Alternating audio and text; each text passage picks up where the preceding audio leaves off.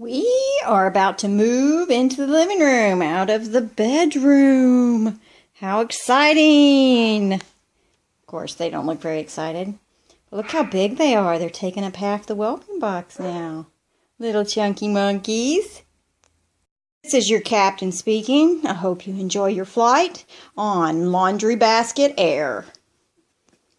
I'm moving the puppies into the living room. And I've put down the flooring for the whelping box.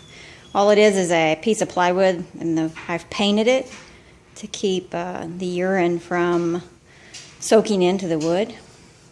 And the babies are right here in their laundry baskets. 2 laundry baskets, because there's too many for one.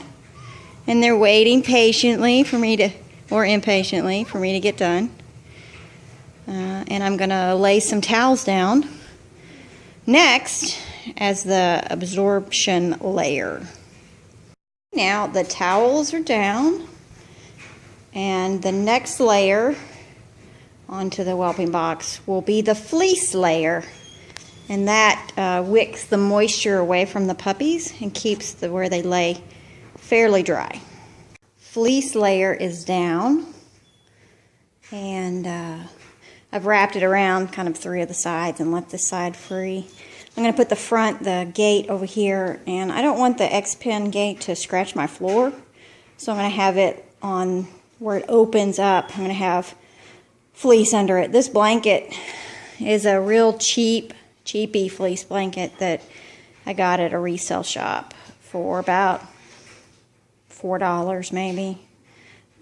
So it works good, and I have a few of those. I just pick them up when I see them.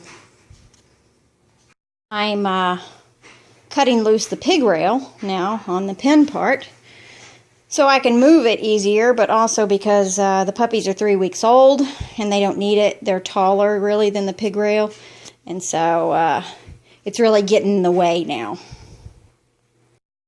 Okay, you can see without the pig rail, the whole whelping box kind of bends, and so I put it on a blanket and I'm sliding it to where I want, and it's all squished up, moves nicely. I mean, all it is really thin. This is like a beadboard, and you can use whatever you have. If you've got some old paneling or something like that, lawn, anything that's really thin, you got it hanging around the house, you can just use that. I mean, it doesn't need to last forever if you have to replace it after a couple of litters, whatever. But you can clip it off once it's zip tied to an X-Pin, and it stacks nicely in a storage building or wherever. It's so thin, it's out of the way, it's lightweight.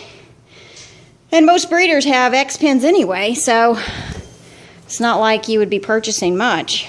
Makes for a very usable and cheap whelping box. And you just punch holes through and zip tie the pig rail onto it. Pretty simple. As it proves. Well, go see him. Come on. Go see him, big girl.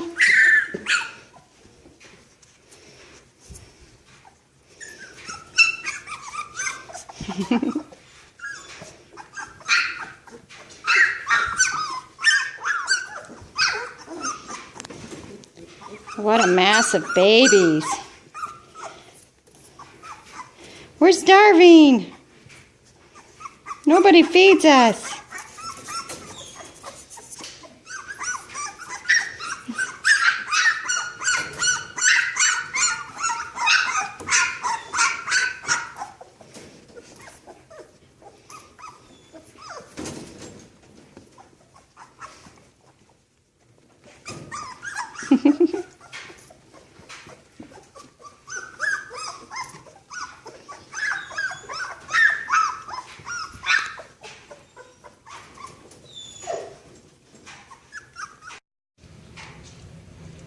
Okay, we have successfully transitioned. Jazz is feeding the babies.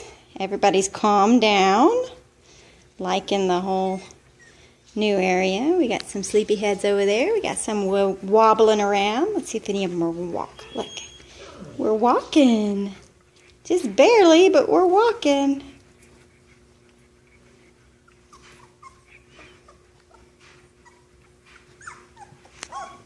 I've added a second X pin around the first here.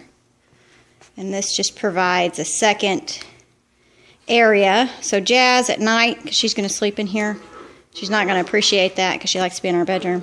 So I'm going to have a way to keep her near the puppies, and this will be it. I'll throw a big dog bed in there at night so she can lay on that. But I change the bedding twice a day, so there's no reason to put a dog bed in there when I'm just going to rip this up in about 6 hours. But it has a double gate. I can shut the gate.